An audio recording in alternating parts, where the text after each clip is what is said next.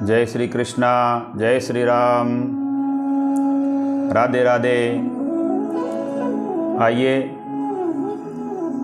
आज दूसरे दिन दूसरा अध्याय कार्तिक मात्यम आइए सुने। ओम गजाननं भूतगणादिसेवितं कपीतजम्बूफलचारुभक्षणं उमासुतं शोकविनाशकारकं नमामि विघ्नेश्वरपादपङ्कजं। गुरुब्रह्मा गुरुर्विष्णुः गुरुर्देवो महेश्वरः गुरुर्साक्षात् परब्रह्म तस्मै श्रीगुरवे नमः। नारायणं नमस्कृत्यं नरं चैव नरोत्तमं देवी सरस्वतीं व्यासं ततो जयमुदीरयेत्।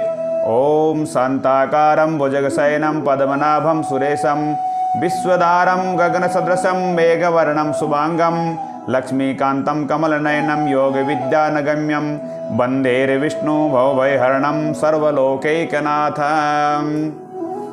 बोलिए विष्णु भगवान की जय। तो श्री सूत जी महाराज दूसरे दिन की कथा में बताने लगे कि महात्माओं, भगवान श्री कृष्ण बोले कि हे गुणवती, जब अपने पिता और पति का वध दैत्य द्वारा सुना तो वो गुणवती कन्या रोने लगी। हे पिताजी, हे नाथ, आप मुझे छोड़ करके कहाँ चले गए? हे स्वामी, आपके बिना मैं क्या करूं, कहाँ जाऊं? मेरा भरण पोषण कौन करेगा, कौन खाने पीने को देगा? और मैं काम काज में चतुर भी नहीं हूं। हे प्रभु, तुम्हारे बिना मैं अनाथ हूं। अब मैं किसकी शरण लूं? मैं विधवा हो गई हूं।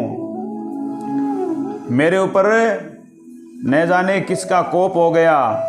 इस तरह से विलाप करती हुई, केले के पत्ते के समान कांपती हुई, और वो गुणवती पछाड़ खा करके गिर पड़ी।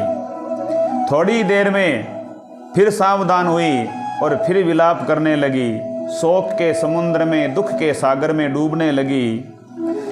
उस गुणवती ने घर का सब माल सामान बेच करके और शास्त्र के अनुसार बहुत सावधानी के साथ अपने पति और पिताजी की अंतिम क्रिया की और उसी शहर में विष्णु भगवान की भक्ति करने लगी, शुद्ध शांति के साथ रहने लगी और अपने जीवन में आजीवन एकादशी का व्रत और आजीवन कार्तिक मास के व्रत आदि करती रही। हे कांते, भगवान कहते हैं कि ये दोनों व्रत मुझे अत्यंत प्रिय है। इन व्रतों को करने से मोक्ष की प्राप्ति होती है, पुत्र और धन की प्राप्ति होती है। तो कार्तिक मास में जब भगवान सूर्य तुला राशि पर रहते हैं तो इस समय बोले प्रातः काल स्नान करना चाहिए और वे महापापी भी भक्ति को प्राप्त हो जाते हैं। जो मनुष्य स्नान प्रातः काल और जागरण, दीपदान और तुलसी की पूजा, ये सब भगवान विष्णु के ही स्वरूप है। भगवान विष्णु के मंदिर में सफाई करना, साथियाँ बनाना और विष्णु की पूजा करना, तुलसी जी की पूजा करना, सालग्राम जी की पूजा करना, पीपल की पूजा करना, ये सब जो है मनुष्य जीवन को मुक्ति देने वाले हैं। इस प्रकार जो लोग कार्तिक में मनुष्य 3 दिन भी नियमों का पालन कर लेते हैं, कार्तिक का महीना 30 दिनों का है, लेकिन जो 3 दिनों का ही पालन कर लेते हैं वे देवताओं के समान पूज्य हो जाते हैं। फिर जो जीवन भर इनका पालन करते हैं उनकी समानता कोई बराबरी कोई नहीं कर सकता। सो वह गुणवती हर वर्ष कार्तिक के व्रत भक्ति पूर्वक विष्णु भगवान का नित्य प्रति पूजन करने लगी। धीरे धीरे वृद्धावस्था के कारण वो कमजोर हो गई और एक समय दुर्बल अवस्था में और ज्वर से पीड़ित होने पर भी गंगा स्नान करने चली गई। तेज बुखार था, फिर भी गंगा जी में स्नान करने के लिए पहुंच गई और जैसे ही गुणवती जल में स्नान करने लगी तो ठंड के कारण थरथर कांपने लगी। बुखार तो था ही, ऊपर से ठंडा पानी और उसमें सहसे स्नान किया तो उसी समय उसने देखा कि आकाश से एक विमान आ रहा है।